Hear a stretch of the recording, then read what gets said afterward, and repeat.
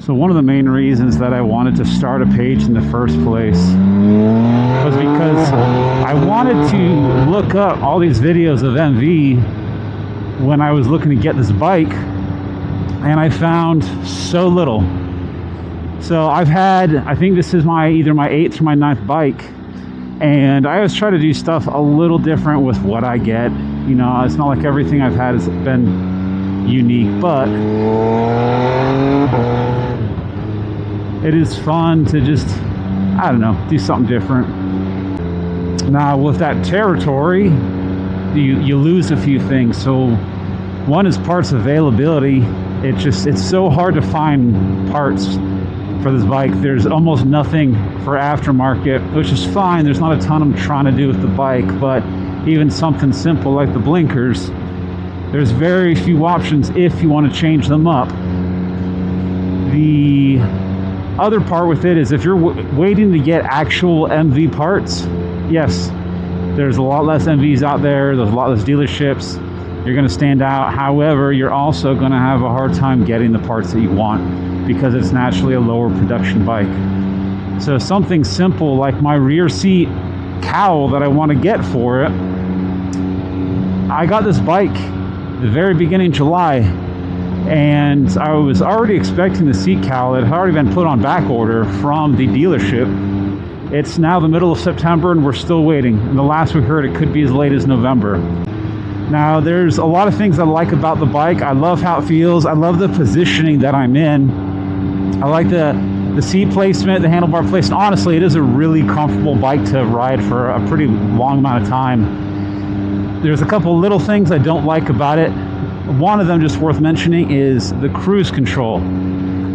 I love cruise control. I want to use it all the time. I do use it. However, I don't like that I have to sit here and hold the button for a few seconds before it turns on.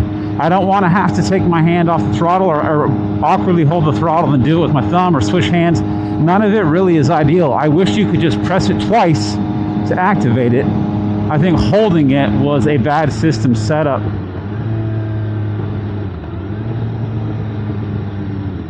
All right, let me shut up for a second so we can make some beautiful noises.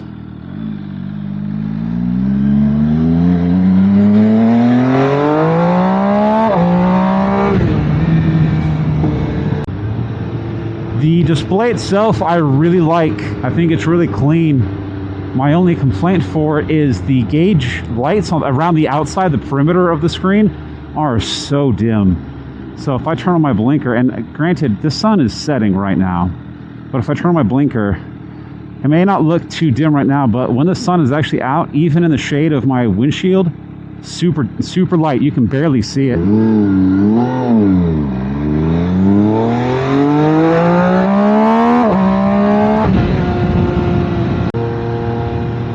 Now with the quick shifter itself, I have talked to a couple people who haven't used it and have asked, when you're going to use the quick shifter, here's when it is ideal to use it. When you are rolling through the throttle and you are going to be rolling through the gears. If you're just shifting casually up and down, or for example, let's say you're at your ground speed and you just need to shift gears, you're not going to want to use the quick shifter when you're completely off the throttle. It's just going to be a little clunky and a little less smooth.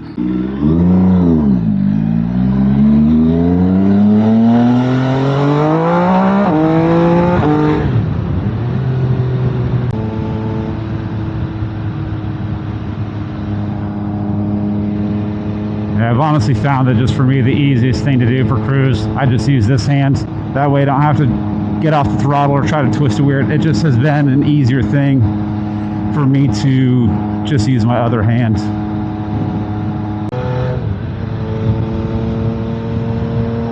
So one of the things I have not done yet that I plan to do once I hit that 600-mile mark, once I get the service on this bike done, everything looks good and I feel pretty good on my braking, then I'll go ahead and use the launch control feature. Until then, I'm not going to mess with it. I don't do necessarily to the book soft break-ins. I kind of do a hybrid where I do kind of set boundaries for myself. A lot of people swear by hard break-ins, ride it how you're going to ride it. I don't like to do that necessarily. For me, I'm just going to play the game of, let me assume that even if The braking process itself isn't the reason why it broke. It could be a material failure. I don't want to figure that out in the first few hundred miles when I'm braking in the bike and I'm just railing that throttle. I want to hold back a little bit. So what I'll typically do with a bike, and I've had a number of new bikes, is I'll look at the guidelines that the manufacturer has for their max RPMs. For usually the mile range is what it'll look like. For the first 100 miles, only hit this many RPMs. Don't maintain the same engine speed for a long time. Go up and down hills. Don't go on the highway, that kind of stuff. I'll typically, to a degree, follow those. But what I'll do is I'll kind of look at the next step on that braking process.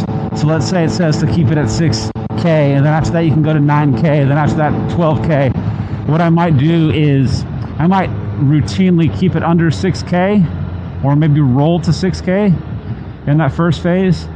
But also, once I'm towards the tail end of a bike, when the bike is totally warmed up, I might do a roll where I'll roll into that higher RPM range.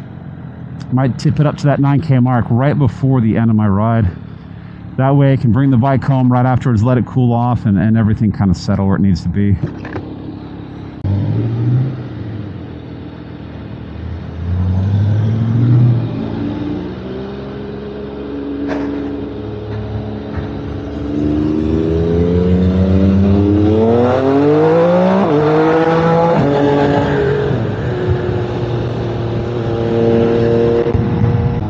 Features people always joke about on the bike is this watch that you got going across the tank. The very first time I saw it, it was strange, not necessarily in a bad way, but strange, but interesting, and it's grown on me. Does it hold the tank down? No. Is it nothing but pure aesthetic? Yes, I'm okay with it. I think it really ties a lot of the retro look of the bike together, and that's really the point.